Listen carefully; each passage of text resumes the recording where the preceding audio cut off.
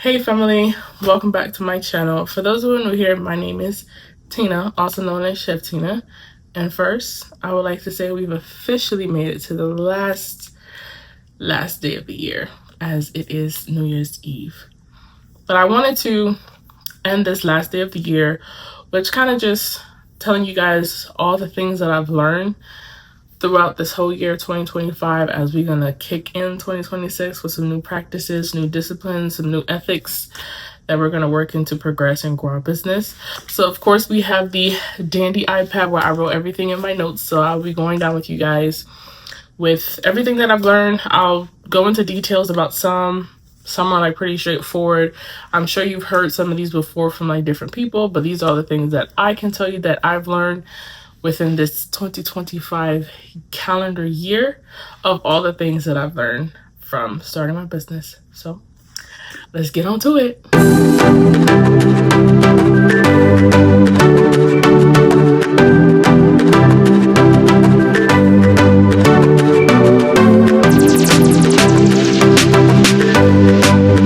So family, we are officially at the very last day of the year. And boy, can I say that I'm honestly proud of myself, simply because I didn't think I was going to make it this far, come this far, or just to even have the ability to say I made it to 1 year in business.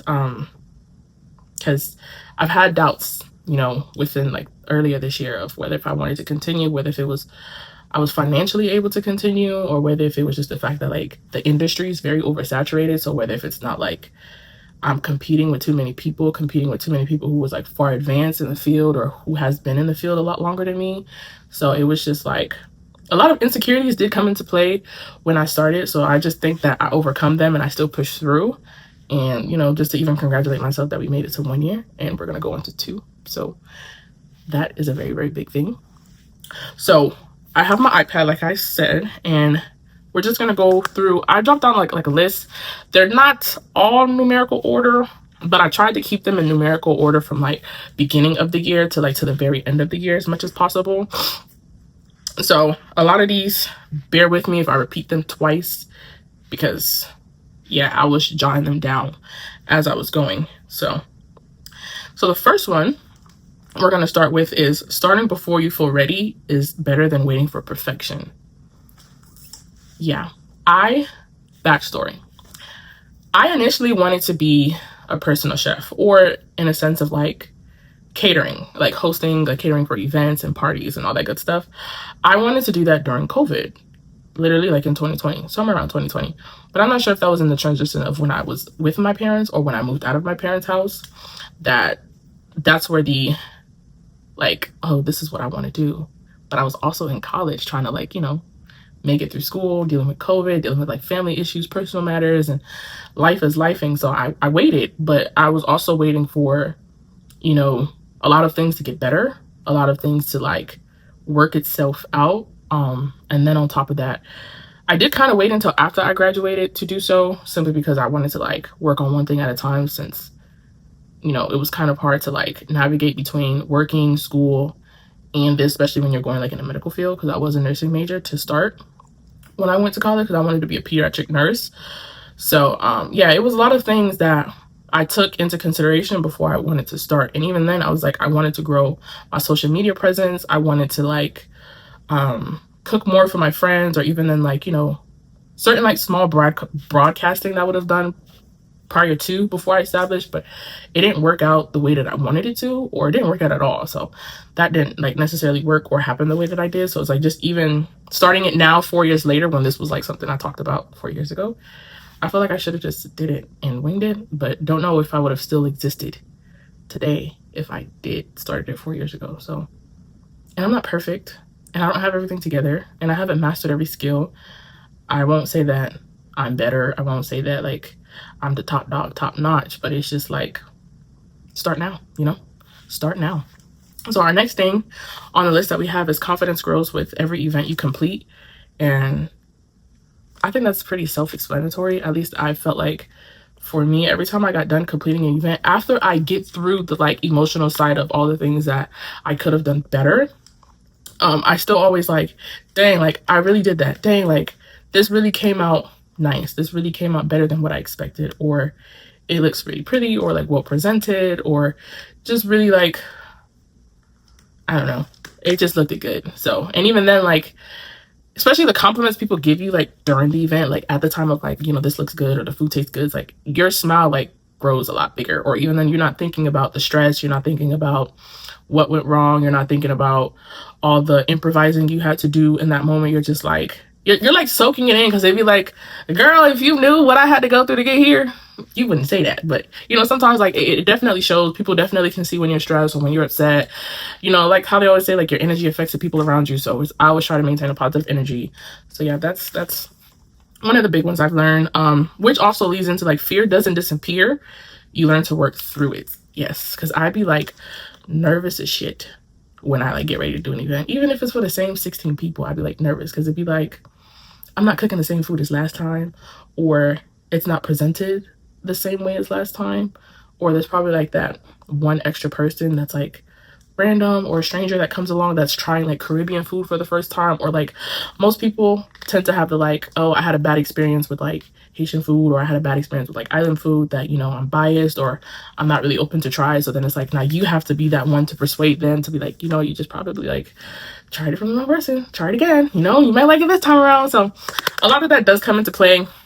But yeah, you kind of like, I feel like if you're not afraid, if you're not nervous, then you're comfortable. So you gotta like do something else. Not like you gotta expand. Like whatever you're doing, whether if it's like you don't get nervous when you cook the same dish, it's because you cook it too much. You're too comfortable. So you gotta learn to cook something else, or learn to like mix it up, add something to it. I don't know, something, but you're too comfortable. So that's that. The fourth thing is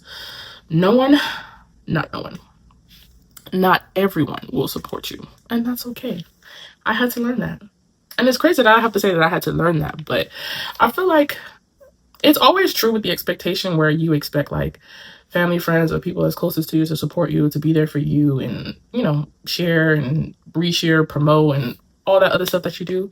And it's not to say that they don't support you. It's just not in the way that I would wanted it to be done. You know, like if you get what I'm trying to say. So it'd be like, they could probably just like see it. They could probably be talking about it like in your absence and you don't even know, but it's just the fact that they'd be like, girl, boy, I didn't see you like a post. I didn't see you share a post, or I didn't like, you know, but it'd be like they're watching you always. You know, they could be talking in reference to like, oh, I have a friend who does this, or, you know, whatever like context of conversation maybe, whether if it's to blow or to brag or just to say like, I know somebody who does this like field work. You know, it's okay. One of the biggest things that I had to learn is you can't do everything alone forever. And I think that's one of the things it's not a learned thing, it's a learning thing opposed to like past tense, simply because I am struggling with keeping a set of consistent staff, as it's like, I just gather up like whoever's available out of my friends, be like, hey, if you're available, you can help out, whether if it's this or that, or just help transporting like, you know, inventory and stuff. So I have to like, sometimes I do genuinely want to do everything myself, in the sense of I don't want to bother nobody. I don't want to inconvene nobody. I don't want to rely on somebody to like not get there on time because they're holding my equipment or my inventory in their car.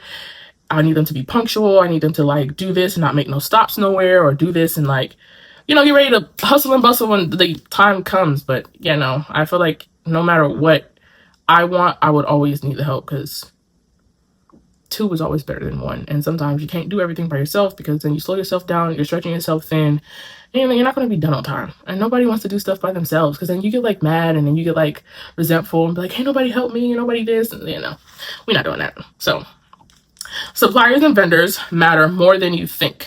And this relates to my previous point, simply because I thought that, okay, you know what? I'm going to do everything by myself. I'm going to get all the supplies. I'm going to get all the decorations. I'm going to get all of this and that on my own. No. Sometimes it's okay to branch out. And it's not to say they're taking the job away from you, right? This is just me talking to myself right now, right? Sometimes they're not taking the job away from you. They're helping you to do your job, as your job is the chef. So that would be your primary line of focus, opposed to trying to be an event planner, trying to be a cameraman, trying to be a janitor, trying to be like everything in the book, a decorator, a treat maker, or a baker on top of that. Like, it kind of allows you to do your job You know, it's okay to say, hey, I'm going to get an event planner, or we're going to extend an olive branch to this service to add on to what you want. So that way everything is cohesive, everything is done on time, everything is, you know, properly prepared, opposed to me trying to do everything by myself. And I'm trying to figure out like what the heck I'm going to do, because essentially like I don't want it to take away from what I am known as, and it's a chef. So yes. And then that's how you build network, guys. So even then, it's like, even if you was to reach out to, like, let's say you reach out to a DJ, you reach out to a videographer, you reach out to a venue planner, you reach out to a brain fart. I said event planner, a cleaning service. Even if you reach out to a cleaning service, even if you reach out to somebody who does like balloon services, or a treat maker, or like somebody who specializes in baking, that's network. Like, that is instant network. Not even to say they have to use your services right away, but now you guys are connected through resources. If somebody was to come to you and be like, hey, do you know a baker that can make an amazing cake? It's like, yeah, I know somebody. I worked with somebody before. And it's the same with them, vice versa. So it's like, that is always better than to say you're doing, or you're stuck doing everything by yourself, because nobody wants to do everything by themselves. And even then, like, your goal is to network with other businesses, so that way they can bring you on when they have stuff going on. Or even then, they think about you. Or even then, they like your personality, they like your vibe, and they pick you. Because sometimes it's about the vibe, okay? Don't worry, guys. I'm yelling at myself at the same time, too. So, but yeah. And also, next point is you must believe in your business before others do. I don't know how to explain that. You gotta believe in yourselves, babes. Like, who else gonna do it? If you waiting on me, you gonna wait forever. You gotta do it. Because when you say I'm gonna do it, I'm gonna say do it. Not to say I won't salute you, not to say I won't be there for you, but who else gonna do it, babes? You gotta get up and do it.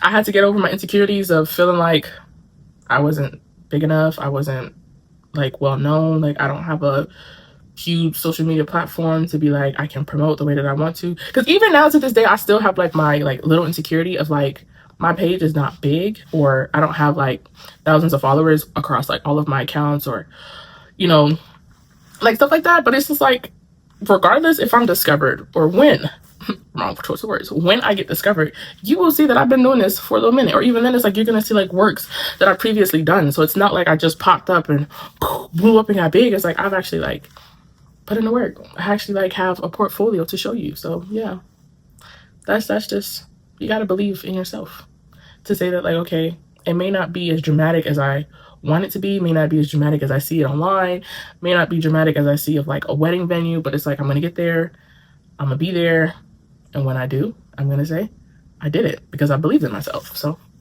yeah, guys, that's how we're gonna go. And then my next point is learning how to handle stress under pressure. I think that because I'm so silly, I don't really like, I shut down. But I think that I don't really like, my way of handling stress is not handling it at all, which is probably bad. Because something to stress me out and I'd be like, I'm not dealing with it. Like, I'd completely shut it off. I'm not dealing with it. Depending on what it is, the circumstance. But yeah, I'm not dealing with it. Because it's like, I can't crash out. Like, I can't do that. But yeah, time management is everything in catering. I think that my Winnie the Pooh, like, series, if I did not record it, I don't think I would have adequately know all the things that I would have done or need to do to prepare myself to have a beautiful execution the way that I did. Yeah, that's the best way that I can say. I think that the fact that I knew that I was going to document the process to you guys, I would not have known how to, not how to, but I think that I wouldn't have known verbatimly what it is that I need to prepare myself. And preparation is key, like before and after and during the event. Very key. You can't miss a step. It's key before, it's key during, and it's key after, especially before. Can't get around it. So that is the best way that I can explain it. Being adaptable is a survival skill. You got to learn how to adapt. You got to learn how to pivot. And I've learned that the hard way. Yeah. Because sometimes things don't always work your way. Sometimes things just don't go your way. Or even then, you're working with a circumstance that you wasn't really like fully prepared for, whether if it's raining on that day, whether if it's traffic, whether if it's transporting, whether if it's I haven't had this happen yet to where I've had to like remake a batch because like it was burnt or forgot an ingredient or it didn't come out right. So I can't really say that, but all I know is like all the things that I've had to learn to like adapt to is whether if it's like transportating and weather. That's like really the two main things I've had to deal with so far in business. It's just, if I can't fit everything in my car, then where is the rest of it's gonna go? Or if I have to take 2 trips, I have to do it in a way where it's like, okay, I know I'm gonna take 2 trips, so let me go in like a couple times, like a few, like 30 minutes early, and then go like drop it off and then come back, you know, all that necessary accommodation. So yeah. Next is your why will carry you through hard events. I don't think I really need to explain that, but your why will carry you through everything. Your why will carry you through a lot of things. Your why will keep you motivated. Your why will keep you grounded. Your why will keep you right where you need to be. Your why will get you through everything you need to get through within that moment. Pricing your services probably matters more than being affordable. I don't know how else to say it, but things are not cheap. Things are not cheap and they're not getting cheaper. So, and it's crazy because to start off, I did want it to be like, okay, how do I put myself in an industry that's oversaturated, that already have like, you know, high level chefs or high level like caterers like in business, and you know, how do you necessarily compete to even get like a seat, right? That was a thought process. And at first it was just like, okay, I will start off like low budget. But when you do that and you see the cost of price for the performance level you want to do, or how to like adequately do stuff in a way that you're like not coming out of pocket for things, or even then where you're not shorthanding yourself to where you're not bringing any profit to yourself, it matters. It definitely matters. It matters big time. So that's yeah. Every event teaches you something new. Yeah, backstory. I can talk about this now because now it's kind of like a silly meme, but then, oh no, I was vexed, livid, mad as can be.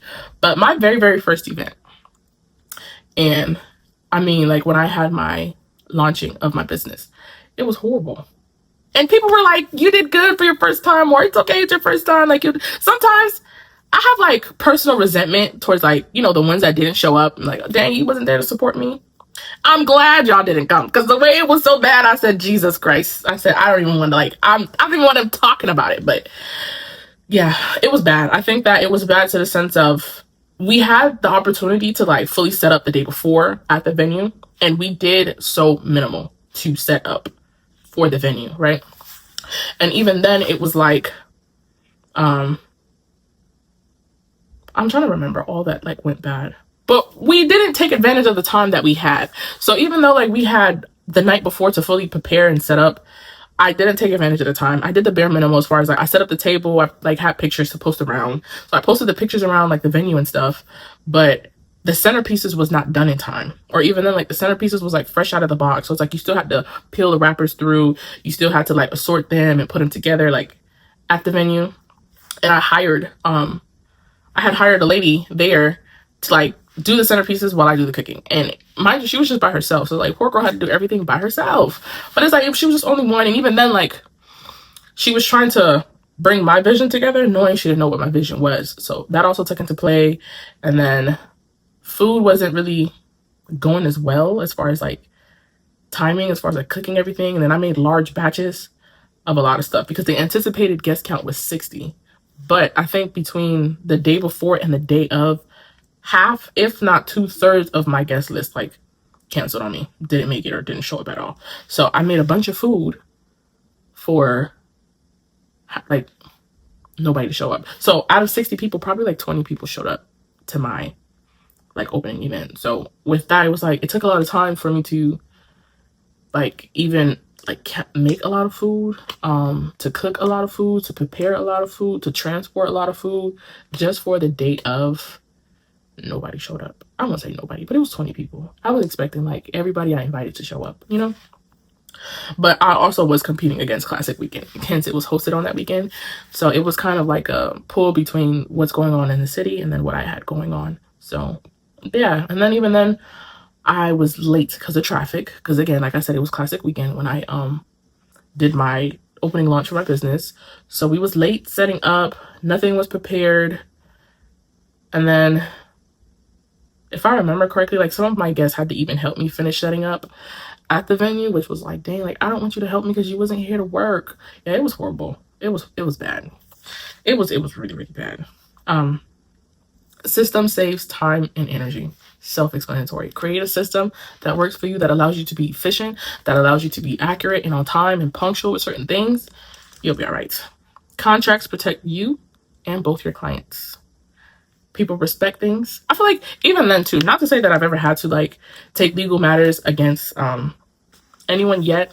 I just feel like you can't really mix, and it's true in every sense, you can't really mix business with pleasure, and you can't really mix personal with business. So, and sometimes family or friends will take advantage of that. They will have the expectation, well, because you're starting out or because you are new to this, I'm going to see how much I can get before you like set clear boundaries with me. Yeah. That's the best way that I can explain it. But now it's like, I think even just for professionalism, contracts works best because it's a transcript between both parties opposed to like a text message thread between, oh, like some part of this conversation is missing simply because we talked about it on the phone, or some part of this conversation was like, I didn't really get, or you're in between talking about two different topics. So I think this is like a paper trail, like a legal protection. And even then it's like, what's not to be understood will be understood if I have to take it that far. I haven't taken it that far, but I was disrespected a time or two. But that's before I was able to be confident enough to like set clear boundaries as to what it is that I want, what it is that I will do, and what it is that I will accept. So yeah, that's kind of self-explanatory. Last minute changes are part of the job. I feel like expect to do everything last minute. Not, let me clean that up. A lot of the stuff that you will do will be like last minute improvise, last minute like get togethers, last minute like inventory pickup, or last minute like shops. So I feel like even if you was to properly prepare yourself for an event, something is going to arise to where it will be considered last minute, whether if it be a finishing touch of something. I don't know. It's gonna happen. Like I haven't had an event so far where like we had to pivot to something different, like, or we was able to stick with the original plan. So we always had to pivot, or even then we always had to like adjust because of what I had in my mind is not gonna like work with what's presented in front of me. So yeah, that's kind of like pretty self-explanatory, which also leads in planning ahead reduces day of chaos. Like, you know, like I said, it's always great to prep. I think your during prep is way more important, way more crucial than during. To me, the way you prepare before the event says a lot about you as a person, says a lot about your business and how serious you want to take it, and it says a lot about your determination to do a good job. Don't argue with me. Like, you know, I think that it also goes into play because it's your reputation on the line. I think that it's self-explanatory. It's your reputation on the line. Ain't no way around it. It's your reputation, and your reputation is everything, especially being in an industry field where you're providing service. So that, I don't know how else to explain certain things. Yeah. Your reputation is everything. Like my mom used to always tell me, like, don't let nobody hit your face because your face is your passport. Don't let nobody mess up your business because your business is your passport, babes. Like that's your passport. Moving quite along here, transporting food is a challenge people don't talk about. Yes. A lot of times when I'm transporting food, or even when I have to like cook to carry out food, I have to think of like the food regulations and safety, simply because certain foods can't stay out longer than others, especially when you're dealing with like perishable food, especially like dairy products, because you know after certain hours, like dairy can't sit out all day, or dairy can't be room temperature and people are consuming it, right? So it's a matter of like, you have to know what to cook first, what to make first, what to bake first, and what is like, I have to cook this last because I can transport it while it's still hot and it still like falls within like safety guidelines for other people to consume. Because you know, like after 2 hours or after like cheese become room temperature, you're not really supposed to consume it anymore. But yet, like with those charcuterie boards, it sits out all day and you're not supposed to do that. Which for me before, I was like, I ain't see nothing wrong with it, you know? But cold meat and cheese, like, is not supposed to sit out all day. It's like, it's cool for you to put out what you will know people will eat right then and there. But to say you have the whole like boards, like the whole board out, no, you can't do that. Especially if they already grab what they want and then you're just having it sitting out until somebody wants to go back and grab like seconds or stuff. You can't do that. So that's like a challenge people don't really talk about, especially too, like if I'm traveling to a person's house, right? I think this is one of the things like I've had to experience as well too. Like when you are like shopping the day of, right? Or even then when you're like shopping period, like doing the groceries, like a lot of the times, like depending on what it is, I'll get it the day of because it's like I don't want it to like, I would rather buy it fresh, like so to speak. I'd rather buy it fresh, but buying it fresh means I'm driving around to multiple stores. So that means it's still like sitting out room temperature, like milk per se. Like, and it could be like, I could start from early as 6 o'clock in the morning, but I'm not supposed to make it to a client's house till like 5 or so. But I have like a lot of last minute grocery shopping to do. Sometimes you just have to know what is a no-no and what you can do. Yeah. Yeah, that's yeah. Presentation matters as much as taste.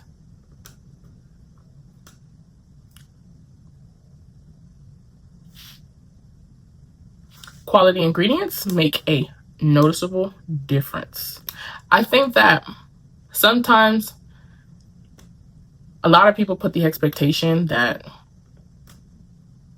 a lot of things are made from scratch, which I try to do because I think that's how I grew up, is making things from scratch. Or at least my mom, she was never a fan of frozen food or pre-made food unless she was like, I'm not cooking today, we would go out to a fast food. But to say that we had stored frozen food to eat as she prepared dinner was kind of like a no bueno for our household. But yeah, quality ingredients, it makes a noticeable difference. I think that especially when you take the time out to prepare like fresh veggies in the food and you steam it or you stew it or stir fry, it makes a big difference in taste. Yeah. Cooking for large groups require strategy. And I think that I've learned through one of my recent events, but I strategized with what I knew versus what I had already experienced. Because some people can say, oh, I've catered a large event before and this is what I had to do. Or, because people tend to tell you things or speak into things of like what they've learned, especially knowing like your first time like diving into a role. And I think that I kind of underestimated a lot of things when I had like my first 400 people catering. It was a lot of things that I didn't think about would be a factor. And it was a factor, but not until afterwards. But it was a lot of things that happened with my 400 plus catering event. What was like 300 plus catering event that I had recently, that I was just like, wow, like I was prepared enough to like showcase myself, but not prepared enough for the service that it was required within or during the event. I don't think I was prepared for that. Although like I had the staffing at the time to kind of help out, so I wasn't like struggling to do everything all by myself. But the crowd was different. The environment was controlled in a sense, but you just couldn't really like manage a lot. I couldn't manage a lot during that time. So everything was just a lot of like winging it, or a lot of like improvising because stuff didn't go as planned. And of course, like inventory was left at home or was forgotten about. It was just like it was stressful, but I made it through that event. but I felt like it definitely stuck out to me and to my client as well. Like, you know, you can tell this was her first time. Like that's what really stuck out to me. Yeah. Clear boundaries prevent misunderstanding. In learning, I'm learning that because my only example that I can give to this is that a lot of people have a say, a lot of people have an opinion, and a lot of people have like a feel of what you should do and how you should do things, especially being a first time like business owner, first time like in that field, first time like in that profession that they know best for you. And it's not to say that their advice is not valid or their advice is not accurate. I feel like sometimes for me, the advice doesn't help me when I'm the one doing it, or what works for you don't work for me. So a lot of it is just having to speak up fast enough to say, let me do my job. Sometimes a lot of it is speaking up and saying, I got it. Or a lot of it is just saying like, although I want to perform the best that I can, although I wanted to like execute in the way that it presents itself, but let me do it. I think that I have to learn in a way to be loud enough to let a client know like, hey, thanks for your advice. Thanks for your help. Thanks for the suggestion, but I got it, without being rude either. Because sometimes you don't want to come off as snobby and come off like, oh, you know it all. And then when you don't do it right, or when you don't do it right, you'd be like, I told her, or she should have listened to me, or I don't like her because of that. Or if she had listened to me, then we wouldn't have to worry about this. Like, so it's like kind of like you're stuck in between. Like, if I listen and it don't go right, I'm gonna still take the L. And if I don't listen and it don't go right, I'm gonna still take the L. So it's like, how do you like meet in the middle? But yeah, that's something that, you know, I'm learning. I haven't learned it yet, but I'm learning. But next we have, you'll learn to trust your instinct more. And that's a follow-up from my last point, because yeah, you will, because you'll learn to say whatever like you're feeling in that moment, whatever you're like doubting in that point, you'll be like, you know what, I'm gonna do it my way. And if I fail, whoop-de-doo.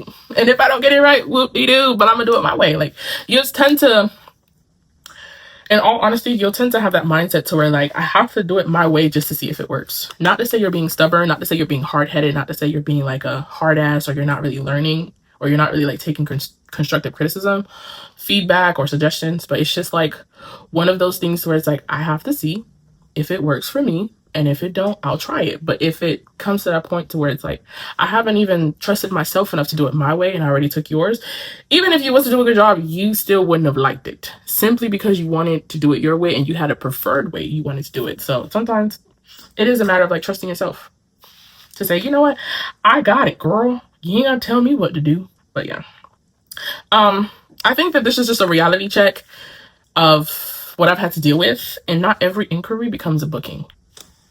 Sometimes people are just curious on your pricing. Sometimes people are just curious as to how you communicate, how you deliver your invoice, or how you deliver your responsive service.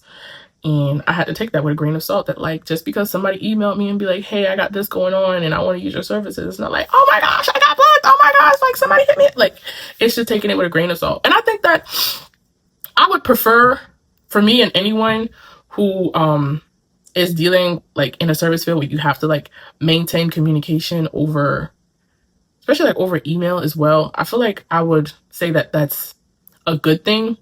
And the reason why I say it's a good thing is because I think, not that I think, but for me, it helps practice with communication. It helps practice with verbiage. It helps practice with what is it that I'm trying to say. Like, if I was to send this to somebody, would they understand what I'm saying? I think that it's a set practice to where like you can kind of get into your mind to know what questions you need to ask.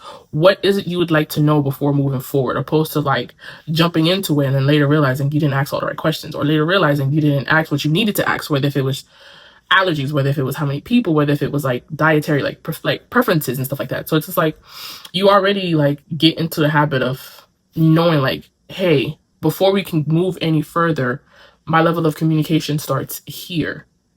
But for you, like, you would have learned that through practicing of like different people who like inquires like booking, and you know, because not everybody is going to come with full detail of information of like saying like, hey, I need this time, this service, this many people, or this is my like style of service, whether if it's like a buffet style, whether if it's like a drop-off service, whether if it's like an in-home cook service, like they're not going to be that detailed. They're just going to say, hey, are you available to party? Hey, are you available to like a wedding? Are you available to like an event? Are you available to like a birthday? And you're going to be like, yeah, like give me a little bit more details. But now you learn how to type that up. You learn how to like figure out your verbiage of getting your point across, but getting the answers that you need to get things done. So that's a good thing.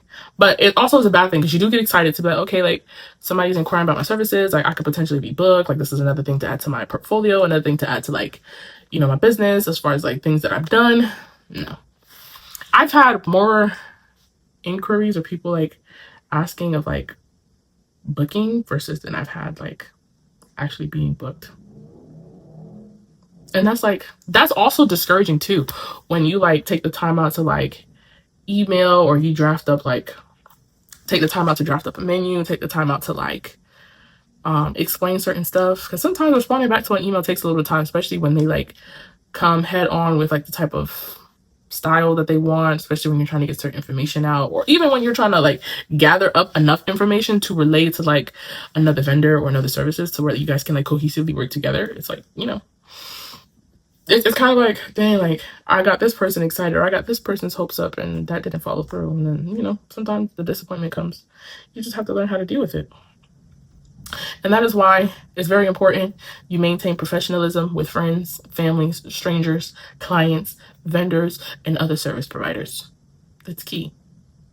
Because we all know, and we've seen it 1,000 times, when you have a great service, when you have a great personality, when you have like a level of respect for people, or even when you're like maintaining professionalism as a like business owner or a boss or a supervisor, like you're gonna get like fight back, but you're also gonna be respected. Even if a person don't agree with you at that time, they're still gonna respect you in that moment or in that manner, to where like it's not gonna escalate to something that it doesn't need to be. But even also too, sometimes like, you know, it's best to always like maintain that level of professionalism, because it'll help you like adjust it to whether if it's a stranger or a family, or whether if it's like a returning client and a friend. Yeah. Which is why it's like key when people say that like, you know, clients remember how you make them feel. And sometimes like being emotionally impacted means a little bit way more than how like the food tastes or how like your services was. Because you could have done a good job, you could have executed it, and it's like your personality was horrible. They're gonna remember that and be like, they did a good job, but I don't want it back. Food was great, but they made the food distasteful. Because you know how like certain people like kill your appetite? It'll be like that. It'll be like, no, she killed my appetite to where like I didn't even get to enjoy the food, or I spent all that money and didn't eat it, or whatever the case may be. So it matters more than you think, more than you know. We're almost like halfway through my list. I think it's like roughly like 50 to 55 things that I've jotted down. So I don't want this video to be too long, but we're gonna like get through them. Sometimes saying no does protect your peace. And I know some people be feeling bad when you say no, or at least like I've had moments where it's like, I don't want to say no simply because I want to do the job, or I don't want to say no because I want to be able to like provide my services to you.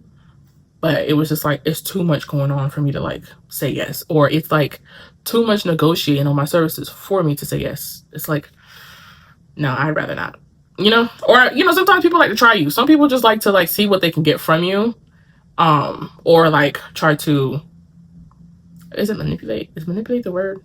Manipulate you into like lowering your standards just because you want to get a job done or you want a booking. It's like you're open and you're willing, but we're not desperate. You know, that's kind of, you know, which is why like sometimes like some people want something done and they're like, yeah, I'll pay you later, or I want it done, but I'll send you the funds later, which is why like I think I had to learn this one the hard way too. This one I had to learn the hard way, which is why like deposit matters.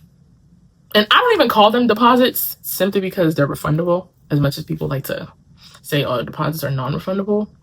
No, you have to return the deposit if you don't provide the service. It's a retainer fee. You have to put in a retainer to book my services, because the equipment to specialize your event is very personal, to where I have to, some of it like it's not reusable. in a way, because it's like it's too personalized. Whether if it's like a, I don't know how to explain it, but you know, sometimes their inventory is personal and you have to wait for like something to reoccur again to be like, hey, like I have like my Winnie the Pooh, right? It was very, very personal to the point where it's just like, when am I going to do a Winnie the Pooh again? Not to say it won't happen, but I won't be needing to do that again because I now know I would rather reach out to like another vendor or another service to do it than for me to do it. And I don't need it because I'm a chef, not an event planner. I'm a chef and not an organizer. I am a chef, not a host. I'm a chef and not a table maker. I don't know, but it didn't align with what I was doing, but I did it, you know? So sometimes you just learn certain things. Like, I think that although like what I do does come with like a sense of decorating and a sense of like decorating and a sense of like presentation, I don't think that I want to add on like a full-on venue decoration, because even then too, like, granted, like I was doing it for like a family member, I'm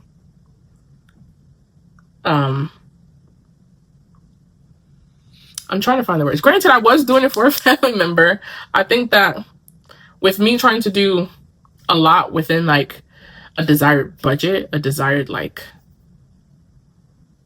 time frame, and like in that, you know, task, it was like I'm spending all this money on equipment that I may or may not use again, that I could have hired an event planner that same amount of money that I would have spent on these said equipments to just be like, hey girl, I know you have it, or hey, like, you know, do you have this, provide that, or whatever. I'd pay the services, whatever the case may be.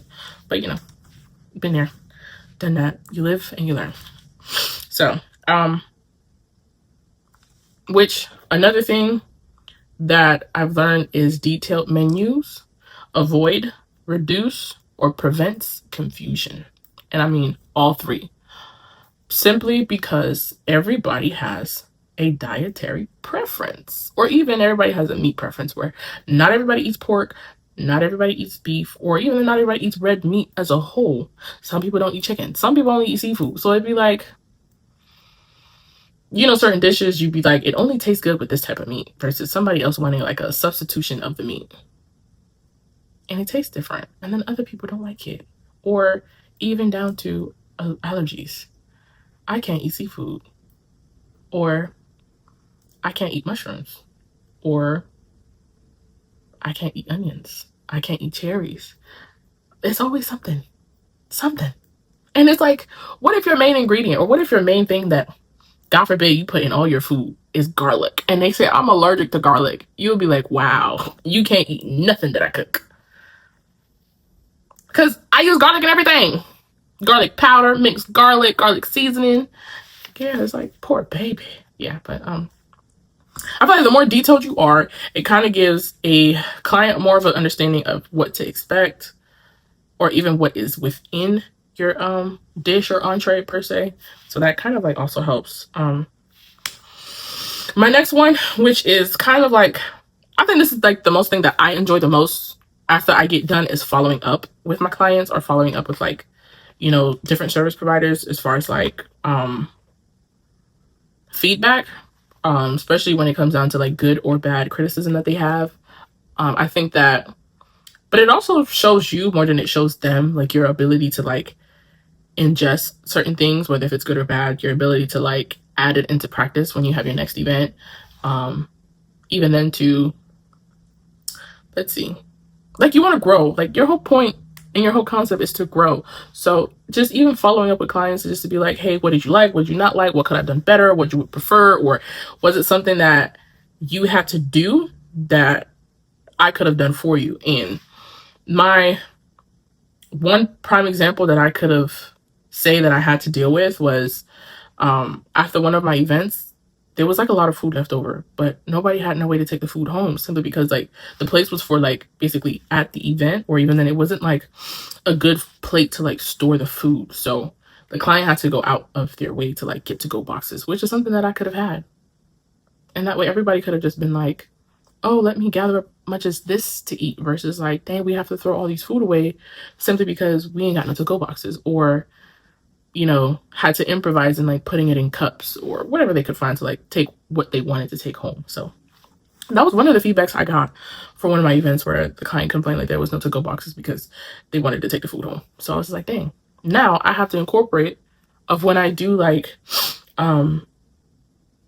drop-off services, or even like anything that requires, I would say just in general, just to include to-go boxes, because somebody's not going to eat everything and some people are going to want to take it home. So yeah, that's just as easy as I can explain it. They're going to want to take the food home if they can't finish it, especially if they like it. So I have to put to-go boxes. I have to now include to-go boxes in the budget, which is like, why didn't I think of that before? I didn't know I'd get there. Okay. And that's yeah, that's as far as I got. I had to learn that, like, okay, I have to include to-go boxes, because sometimes it's like in the heat of the moment. If you ain't get it, you ain't get it. But yeah, word of mouth is powerful. Self-explanatory. Word of mouth is powerful. Social media brings visibility. It does not bring instant sales. That's listen, you know how many times I post something on social media, especially like on my Instagram page, and it'd be like why they don't want to come get a plate, why they don't want to come eat, like. And I think now, being in this space that I am now, I like where I'm at. I like that I'm having the ability to grow. I like that I'm having the ability to fix a lot of these things before I become like very well known, very public.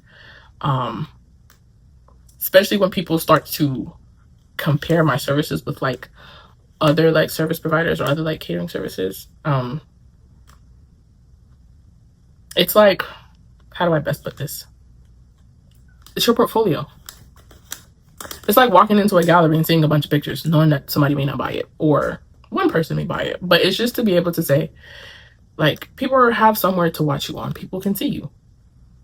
That does not mean it's going to be a direct sale, a direct booking, a direct, like, job, but they're watching. Even when you think they're not watching you, they're watching you. Even when you think they're, like, not liking your post, not commenting, not sharing, they've watched it. You want me to say it one more time? Oh, okay. They've watched it. They've watched it, bro. I'm telling you. They've watched it. Like, they've watched it. Even though you cannot see it, they've watched it. That's all I can say. They've watched it. My next point is sharing your journey attracts the right audience. And sometimes I can say what I have experienced is that a lot of requests that's come of, they want to see more of me. They want to see me work. They want to see, like, I remember, like, funny story, backstory. I remember I was in a store, and it was a friend of a friend. It wasn't like a complete stranger, but it was a stranger to me. I was at a store, Publix to be exact, and this dude walks up to me, and there was just like, hey, like, you know, I'm such and such friend. I'm like, okay, hey, how you doing? Like, you know, like small talk. And he himself is like having the adventures of like wanting to own a food truck. And I was just like, I don't know how to help you, because I don't want a food truck, or I don't want to go there, or that's not really the avenue that I want to like end up to. So I was like, I can't really give you advice as to how to get to that point, right?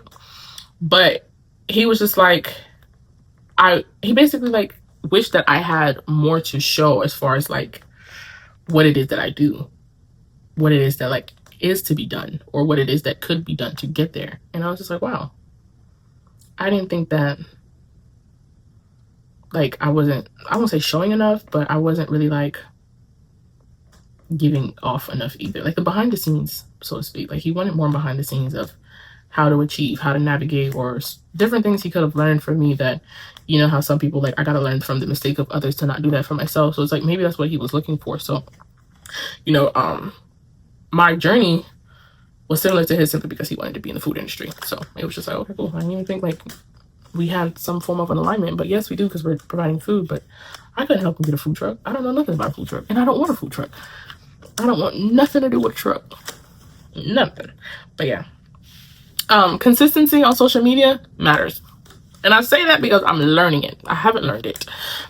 Yeah, I'm not consistent enough as well as I should be on social media.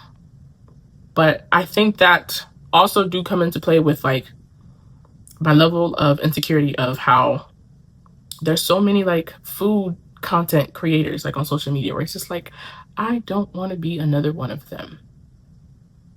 I want to like, if I cook something and, you know, if I played it nice, I'll take a picture, post it, whether if it's tonight's dinner or whether if it's something that I made for somebody just to showcase, like just to show that I'm constantly working. But I don't think that I want to, I don't know, like I don't want to constantly like create food on social media. I feel like there's like only a certain amount of ways you can cook a food, a dish, an entree, which everybody has like a preference of style, whether if it was temperature, whether if it's seasoning, whether if it's like the how it's cooked is always different. But I was like, you cook it the same way. Like, you know, you could either stir fry, bake, or deep fry it.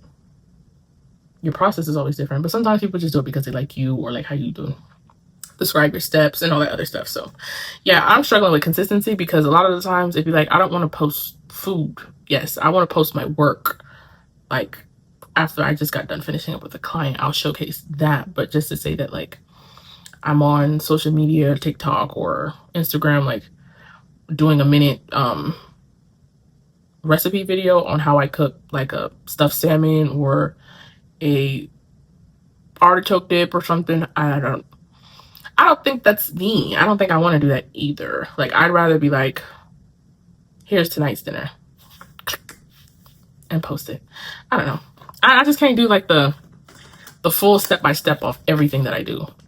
And I feel like there's different variations and different versions of how people cook certain meats and stuff, which is cool. I just don't want to do it.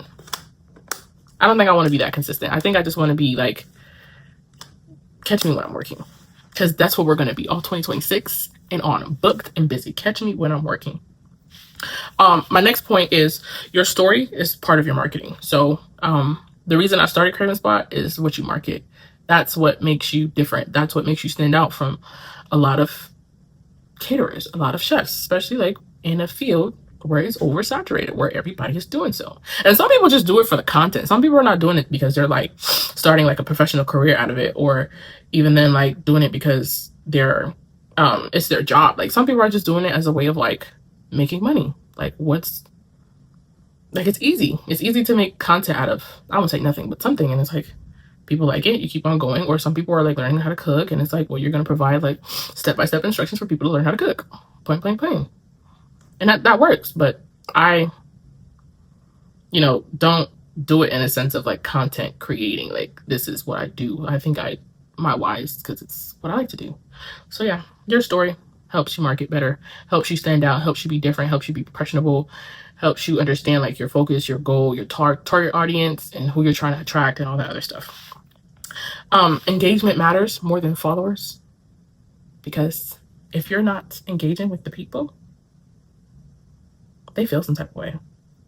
Y'all are needy, and it's okay because I'm clingy too, but damn, give a girl a break or something. But yeah, I feel like sometimes, and yeah, that's all I'm saying. One thing I'm learning, and I haven't learned it yet, is that content doesn't have to be perfect to be posted. And that is why I think that my page or even my YouTube channel is not full of things on there, because I've had many times where I've recorded like a lot of dinners, because I do eventually want to start adding like different recipes on my channel. But sometimes I'll be like, I didn't like the video, or it's not like good enough, or something wasn't perfect about it, or it was too much going on in the background, or I got a call interruption and it threw me off, and then it's like picking up where I left off was not good. So, or it'd be like the ring camera light is not good enough, bright enough, or the quality of the picture, it just doesn't look good to me. I'd be like having to tell myself it's not about what I think, it's about how they feel, how they see it. It's like, if it don't look perfect to me, I know it's not gonna look perfect to them. Or it just be the angle or how the flash takes the picture. I'd be like, I don't like it, we not gonna post it at all. So yeah, documenting is easier than constantly creating. And I think that that's my favorite part, especially about this video, is that I'm documenting like my learned things. I'm documenting like everything about this so far has been like a documentary for me. So I can always like look back and be like, oh my gosh, which one next year we're going to be like, this was me a year ago and this is how I've changed or evolved, or how the growth has come, or how like certain things I put into practice have changed myself and all this other stuff. So yeah, it's easier for me to document. And I feel like even now, like talking in front of a camera has become a lot easier, because I used to be like very camera shy.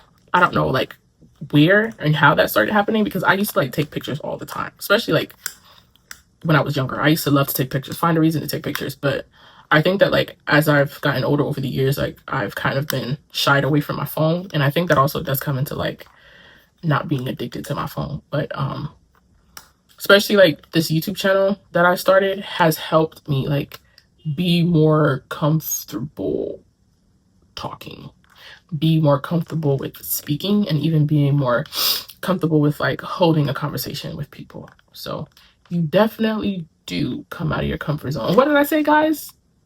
If you do not get nervous or have that sense of fear when you are doing it, right? You're too comfortable. Now you need to add on something. You're too comfortable. Do something else. Yeah, no. Which I'm getting comfortable with, at least talking.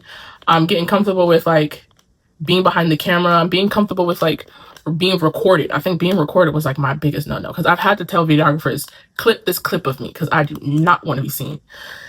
And it used to be bad, where it'd be like, this could have been a great video, but you put me in it and I don't like it. Now take me out right now. Yeah, but yeah, I've had to do that sometimes, where it's like, yeah, no. And then it's like, how are they going to see me? Or how are they going to know like who's working or who's the face of the business if they can't see you? But I'd be like, no, take me out right now. You know, I was not playing, but I've gotten over that now. So yeah, good times.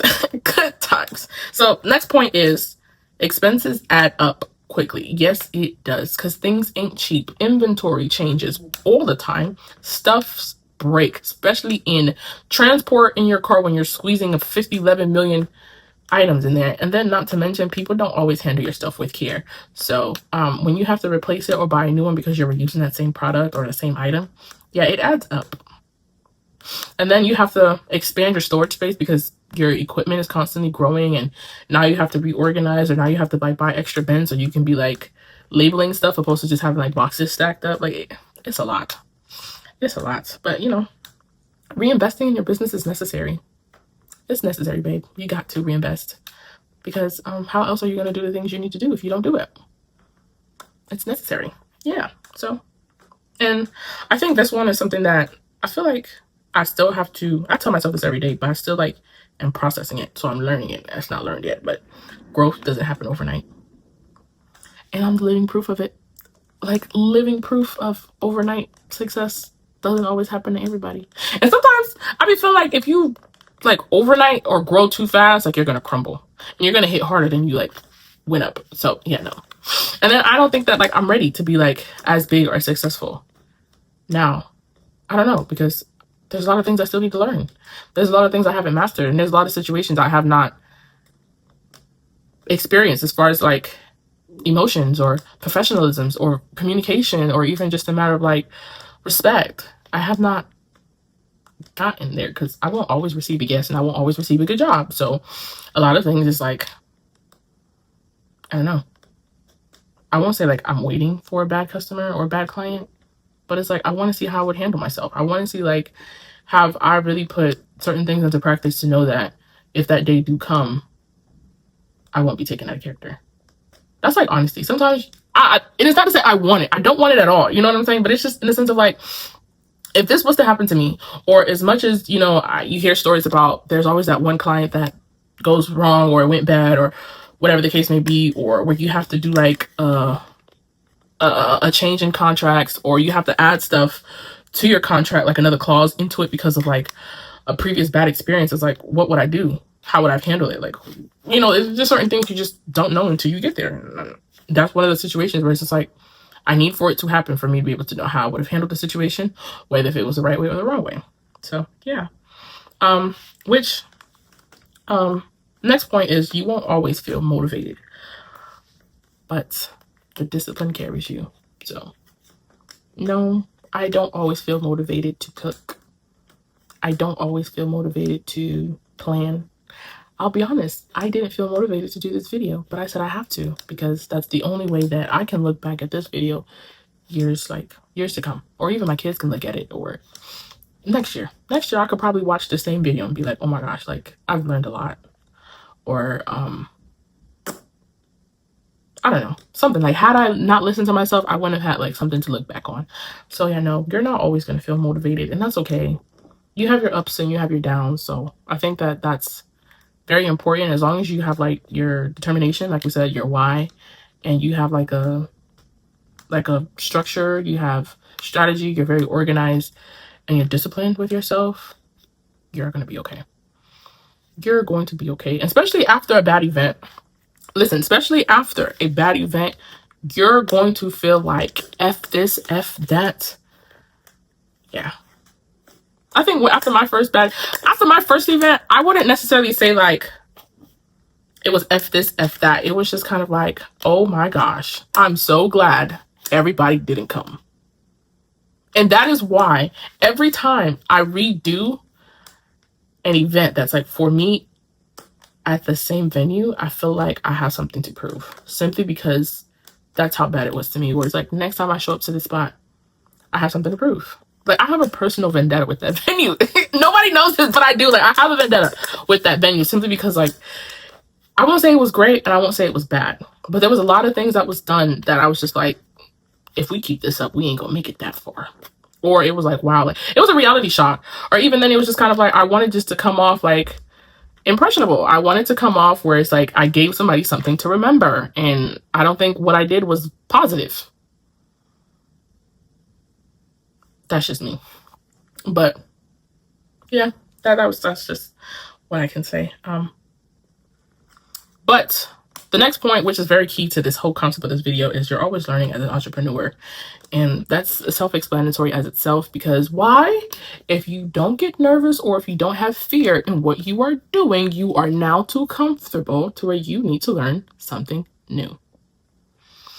And sometimes they say, if it ain't broke, don't fix it. But sometimes, hear me out now. It's okay to say, I want to add on a new skill, or I want to add on a new concept, or I just want to try something new to see if it worked. It's okay to say, I tried it and it don't work and I'm gonna stick to the script. But if you're just simply afraid of not trying it, I'm sorry to tell you, but you're not growing. I feel like being an entrepreneur, you're challenging your ability as a person. You're challenging your ability as a person to execute.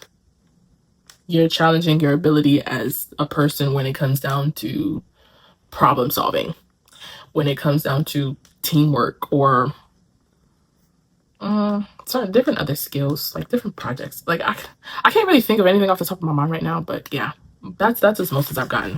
Being an entrepreneur, as I've learned, is always going to be challenging because every day is not the same and no things happen twice. So you're always learning as an entrepreneur, whether if it's how to pack, store, when you're learning how to like cook different meats to a person's preference style or cooking style versus yours, or like different kitchen appliances and tools that they be creating now, or just to kind of help like make things more efficient in the kitchen. You're always learning something. That's pretty much, it's very, very, very self-explanatory. I think that sums up a lot of everything that I've learned throughout this full year of 2025 as a business owner, especially as a caterer and a private chef.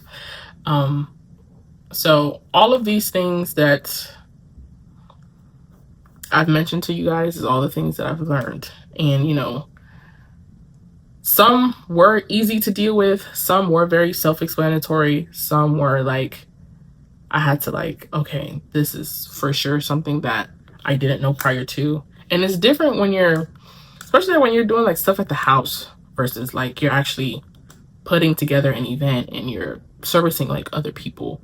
You know, there's a lot at stake, a lot that comes into play, a lot of like liability that comes into part in this, especially like, I allergies and vendors and food safety and transporting them, like all of those things that comes into play that I've mentioned. But this is just kind of like to sum it up of much of it as possible, as to what it is that I learned and what I'm still learning as I'm still learning my footing around the industry, learning my footing around what makes me and my business the way that it is, what makes us so great.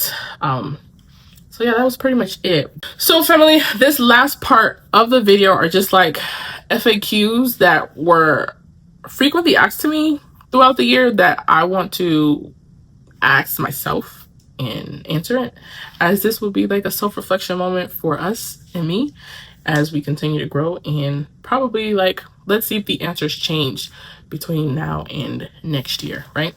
So the first question is, how Craven Spot helped me grow personally?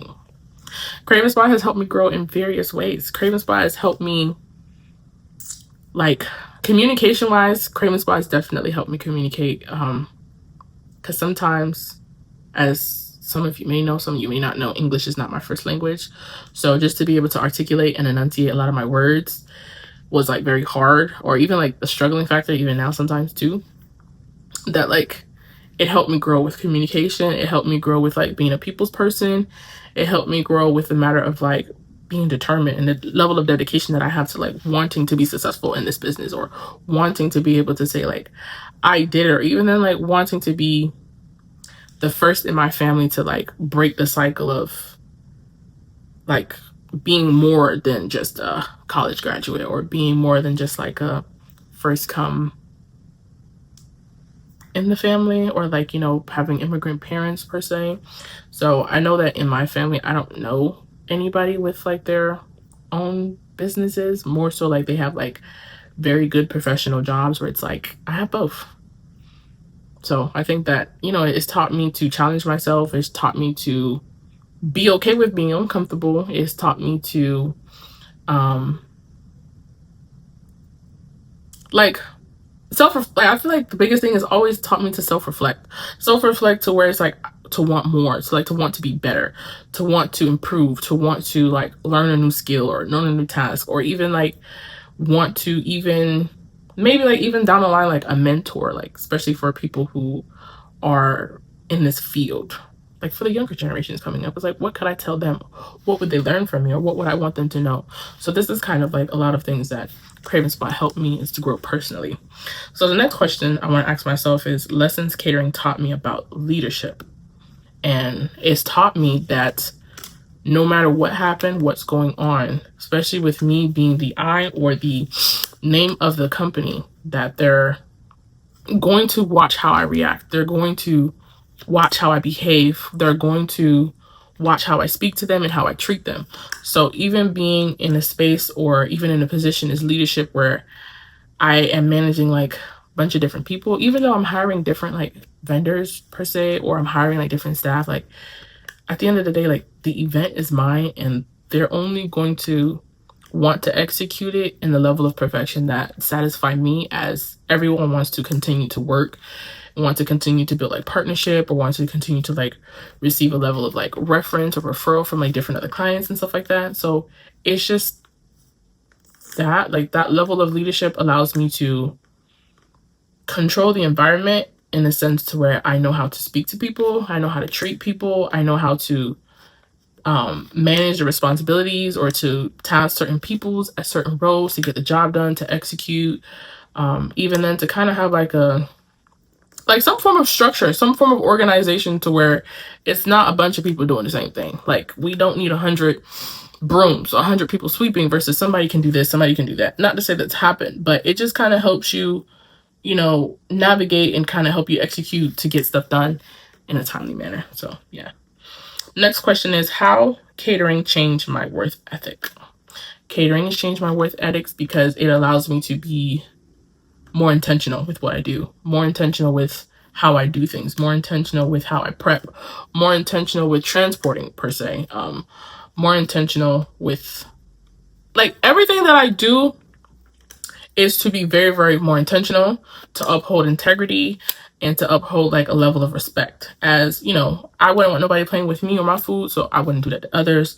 So it's really like what you take and what you give, like it really works like hand in hand with each other, as far as like, you know, what you put out is what you will get back in, and you know, stuff like that. So it changed my work ethic is because I'm very, very intentional with what I do. I'm very intentional with how I want to satisfy and please my clients. I'm very intentional with the level of happiness that I want to obtain within myself and my people, my team, and everybody around me. So yeah, you know, that was that. And next question is, well, second to last question would be, biggest mistake I made in my first year. My biggest mistake that I've made within my first year is not being fully aware of my industry.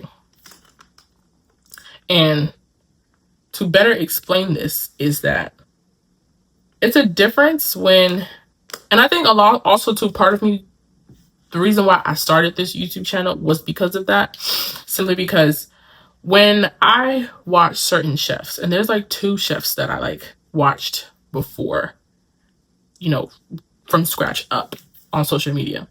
When I watched them do what they do, it was kind of like ooh, I want some of their food, right? But to where they are now, as far as like in their business, in their career field, it's like, how did you get there? And it's not to say that like I couldn't have just asked or researched or like, you know, look up like what it takes to do that. I think that it was just a matter of like, when I started, I saw and was like, oh, it's that easy, I can do it too. Oh, like that's all it takes, well, count me in, you know, especially in the mindset that I had back in 2020, where it's just like, well, if all I need to do is cook and garnish it with a couple parsley flakes, I can do that too. Like, you know what I'm saying? Like, but that was not the case. The biggest mistakes that I can now answer that I made within my first year is not fully doing an extensive research as to how to prepare, what it takes, what it requires, the behind the scenes, the struggles that you face, the lack of resources you may have when you start. Social media presence is very different back then when I initially wanted to start back in 2020 and versus now, versus some people are starting where social media wasn't even that big, to where they grew with social media, versus me coming into like industry where it's like it's already big, it's already oversaturated with like numerous amount of like service providers, whether if it's like food, whether if it's hair, whether if it's nails, makeup, like, you know. So it's like I'm entering a different realm where it's like there is not just one person doing this. Like there's numerous, especially there's probably like 100 of me in the city of Orlando, or even in Florida, or, you know, it's like they're everywhere. Like they're everywhere, and they're different clienteles, or they have different audiences, different people that they work for. So that's one of the things I can say the biggest mistake I made this year is not fully researching of what it takes, what it requires, what I need, and what will be asked of me, the different life changes that I would need to do in my life, the different things that I would have to put into practice to continue to grow, to want to grow, I should say. Yeah, it's just not doing an extensive research of being a personal chef or being in the catering service industry. So yeah, so the last question that I would ask myself is what I wish I knew before starting my catering business. And what is it that I wish I knew before? Is how do you maintain what you already have? Because sometimes you start and you get to the point where like you don't really remember like all the new skills that you've learned, simply because you've had to change, you've had to like throw out, readjust, adapt, and stuff like that. So I think that one of the things I wish I knew before is how to maintain everything. Like when things don't go my way, or especially when you're like in a spot where you're still working a full-time job and you're trying to like put as much dedication, as much time as possible in, you know, your business, to like you want to have like a work-life balance. Like even then it's like work-life business balance, to where it's like, yeah, it's just how to maintain. Something I wish I knew before is just how to manage everything, how to manage business, how to manage work, how to manage like content creating, how to manage like execution, how to manage prepping, all of that stuff. So yeah, this concludes my like self-reflection of my 2025 year of being in business. So, you know, I'm proud. I'm so proud of myself. And if this is you, I'm proud of you. And I'd like to say thank you to all my family for watching me make it this far. You know, 2026 is tomorrow. So I hope you guys are safe out there, having a lot of fun. But, you know, we are starting off the new year with, you know, one for the books. I think I have something coming up for the new year, not in January, but February we have like a project going on. I won't call it a project, but we do have a catering service that's is going on, and that's for Super Bowl Sunday. So if I don't have anything sooner, then the next time you will see me is for Super Bowl Sunday, as I'm very excited for that, as I'm prepping for that right now currently. So I'm just super excited for that. So although family, this is not a goodbye, this is see you later 2025 and hello 2026. Thank you guys for watching, and I'll see you guys in the next video. Bye family.